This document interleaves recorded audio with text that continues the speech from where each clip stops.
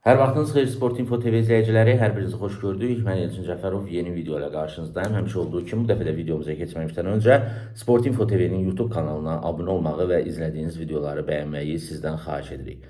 Bəli, əziz dostlar, Azərbaycan Premyer Liqasında 34-cü tura start verildi. Turun diqqət çəkən qarşılaşmalardan biri Tovuzda oynanıldı. Turan Tovuz doğma divarlar arasında Neftçiyə 1-2 hesabı ilə uduzdu. Ümumiyyətlə, Turan Tovuz barəsində, yəni ad olaraq, şan olaraq çox önəmli klubdur. Azərbaycanda futbolun bölgələrə daşınmağının tərəfdarı olmuşuq. İllərdir bu barədə də yazırıq, çizirik, danışırıq. Amma əsas diqqət ediləsi məqam Turan Tovuz rəhbərliyidir, klub rəhbərliyi. Mən onu qeyd etmək istərdim ki, həqiqətən komandanı maddi, texniki bazasının gücləndirilməsi, klub olaraq, infrastruktur olaraq formalaşıb daha üst yerlərə gəlməsi üçün dəridən qabıqdan çıxır. Yəni bunu görürük. Bir çoxları görməsədən də biz bu işin içində olduğumuza görə bunu bilirik. Amma bir çoxları sosial şəbəkə üzərindən də yəni mənə yazır ki, yəni Turan Tovuz niyə belə oynayır və s.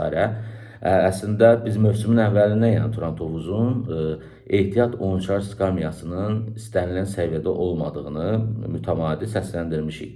Yəni bugün bizim məsələn aylar öncə dediklərimizi dünənlərin mətbuat konferansında klubun baş məşqçisi Qurban Berdiyev də artıq dilə gəlib hamısını söylədi. Yəni komanda müdafiə olunmada, müdafiə xəttində çox ciddi problemlər var. Və əgər Turan Tovuz konferans liqasında təsnifat mərhələsinə yollanarsa, bu heyətlə yəni işi çox zor olacaq, yəni çətin olacaq. Buna görə də yəni mütləq şəkildə heyətin yenidən qurulmasının vacibliyini diqqətə çatdırmaq lazımdır. Yəni bu istiqamətdə də iş görüləcək. Əgər indi izlənilir, yəni klub müxtəlif cəhətlərdən yəni bu məsələyə yanaşacaq. Biri var A variantı, biri var B variantı. A variantı əgər Avrokuboklara vəsiqə olarsa, Qarabağın kubok, ölkə kuboku çempion olmağından asılıdır. O zaman A variantına daha çox üstün tutulacaq. Əgər o olmazsa, təbii ki B variantına keçib növbəti mövsüm üçün heyətin ən azından ilk üçlüyə, nə bilim, ilk üç pillədə yer almaq üçün yəni, o heyət qurulmalıdır. Yəni bu barədə əldə etdiyimiz məlumatlar var. Yəni bu istiqamətdə işlər görüləcək. Yəni ilk növbədə onu qeyd edim ki, yəni Turan Tovuz azarkeşləri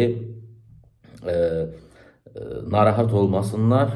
Bu istiqamətdə klub rəhbərinin, xüsusilə klub prezidentinin çox ciddi göstərişləri var və bu iş üzərində mən deyərdim ki, əsir. Yəni bu işin üzərini, bu işin daha da keyfiyyətli olmağı, bu transfer siyasətinin daha da üst səviyyədə olması üçün bütün imkanlarını səfərbər edib, bunu da ilk növbədə qeyd edim ki, biləsiniz. Neftçi təbii ki, yenidən qurulmalıdır. Neftçi heyət üzərindən ciddi islahatlar olacaq. Bugün meydanda gördüyünüz oyuncuların böyük ehtimalla 60-70% yeni mövsümdə olmayacaq. Amma əsas odur ki, yeni cəlb edilən oyuncular daha yaxşı təsir bağışlasınlar. Yəni transfer xatirinə transfer olunmasın. Necə deyərlər, gələn gedənə rəhmət oxutdurur. Yəni o məsəl Neftçi üçün çəkilməsin. Yəni bu barədə də çox ciddi işlər görüldüyünü xüsusilə vurğulamaq istərdim.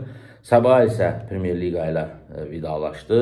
Səbail növbəti mövsümdən yenidən Premyer Liqaya qayıdacağına şübhə etmirəm. Çünki komandada, yəni mən komanda daxili bildiyimə görə çox önəmli fiqurlar var. Məhz bu problemlər daha əvvəlki texniki heyətin, klub rəhbərliyinin, belə deyək, idman direktorluğunun problemləri idi. Amma nələrdənsə yenidən başlamaq üçün nələrsə dəyişilməlidir. Bu da birinci divizyon yəni oldu. Yəni əslində gözlənilən idi.